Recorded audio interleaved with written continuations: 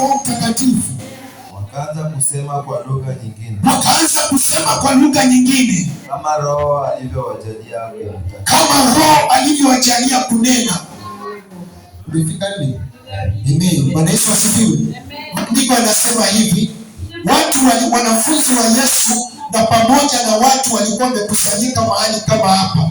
Walipokuwa wamekusanyika mahali kama hapa, maandiko yanasema ya kwamba walikuwa wanaomba. Walipokuwa wakiomba, kukatokea upepo wa kisulisuli. Upepo ukaja pahali walipo, na maandiko yanasema huo upepo ulikuwa unatoka mbinguni. Huo upepo ukaja ukajaa mahali walipo. Haleluya. Maandiko yanasema na Roho Mtakatifu akashuka kwao kama moto. Haleluya. Kama ndimi za moto. Haleluya. Tongues of fire. Haleluya.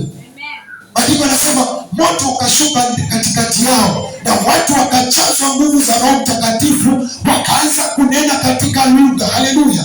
Yaani hao watu hawako wamejazwa na Roho Mtakatifu, lakini Roho Mtakatifu alipokuja ndani mwao, akaingia ndani mwao, wakajazwa na Roho Mtakatifu. Maandiko yanasema wakaanza kunena kwa lugha. Haleluya. Wakaanza kunena kwa lugha tofauti tofauti, jinsi Roho wa Bwana alivyowasaidia kunena. Haleluya.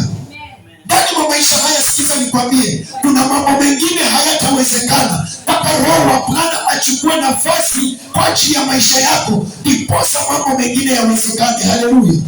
Yaani unaweza kuona ng'ang'ana kwa sababu tumekosa Roho wa Bwana ndani mwako, lakini Roho wa Bwana anapokushukia, Roho wa Bwana anapokutawala, hakika utaona ya kwamba nimejazwa nguvu mpya, na kuna mambo ulikuwa umeshindwa, lakini Roho wa Bwana akiingia kwako, hakika atafanya mambo ya kwamba yawezekane. Haleluya.